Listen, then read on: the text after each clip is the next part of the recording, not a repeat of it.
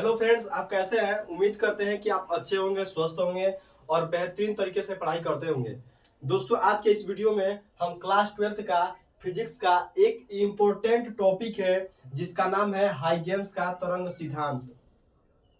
दोस्तों, आज आज हम हाइगेन्स तरंग सिद्धांत के बारे में पढ़ने वाले हैं। हाइगेन्स तरंग सिद्धांत क्या होता है, ठीक है, इसके बारे में थोड़ा डिटेल से आज जानेंगे। बता दें दोस्तों कि 2026 के बोर्ड एग्जाम के लिए काफी मोस्ट इम्पोर्टेंट है। आप किसी भी प्रीवियस ईयर्स का मॉडल पेपर उठाइए और उसमें देखिए तो हाइगेन्स तरंग सिद्धांत आपको जरूर उसमें पूछा होगा।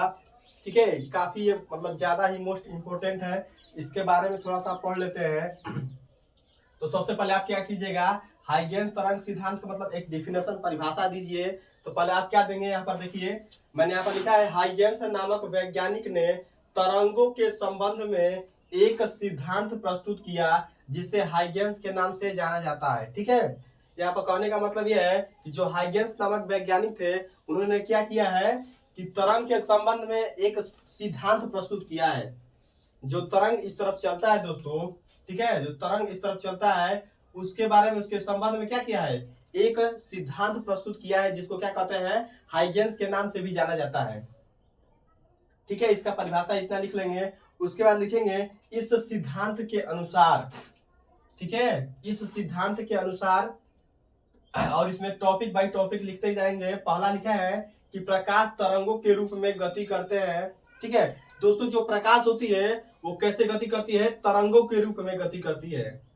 ठीक है, कैसे, तरंगों के रूप में गति करती है। और दूसरा है कि प्रकाश की चाल कितना होती है, 3 × 10⁸ मीटर होती है। ठीक है, प्रकाश की चाल दोस्तों कितना होती है, 3 × 10⁸ मीटर प्रति सेकेंड होता है। यहाँ पर देखिए मैंने लिखा है कि प्रकाश की चाल 3 × 10⁸ मीटर प्रति सेकेंड होता है।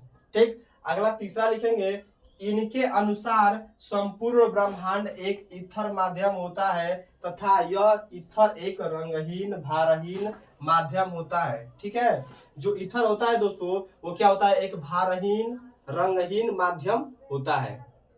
अगला टॉपिक है 4 नंबर में कि प्रकाश तरंगों के रूप में गति करती है तब कुछ निम्न घटनाएं होती है। जो प्रकाश होती है जब क्या करती है, तरंगों के रूप में गति करती है।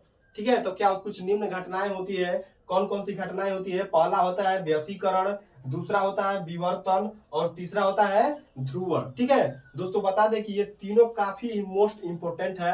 ऐसा कोई भी आप मॉडल पेपर उठा के देखिएगा, ये तीनों में से कोई ना कोई एक मतलब डिफिनेशन पूछने, मतलब परिभाषा लिखने के लिए आता है। इन तीनों में से किसी एक या दो का इसमें से परिभाषा लिखने के लिए पक्का आता है। आप लोग इसको जरूर तैयार कीजिएगा, इसका परिभाषा।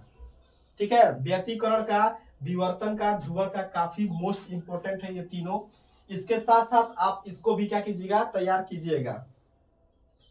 और बता दें दोस्तों, ये कभी भी पूछता है तो 5 अंक, ठीक है, 5 अंक या 4 अंक में पूछता है ये क्वेश्चन।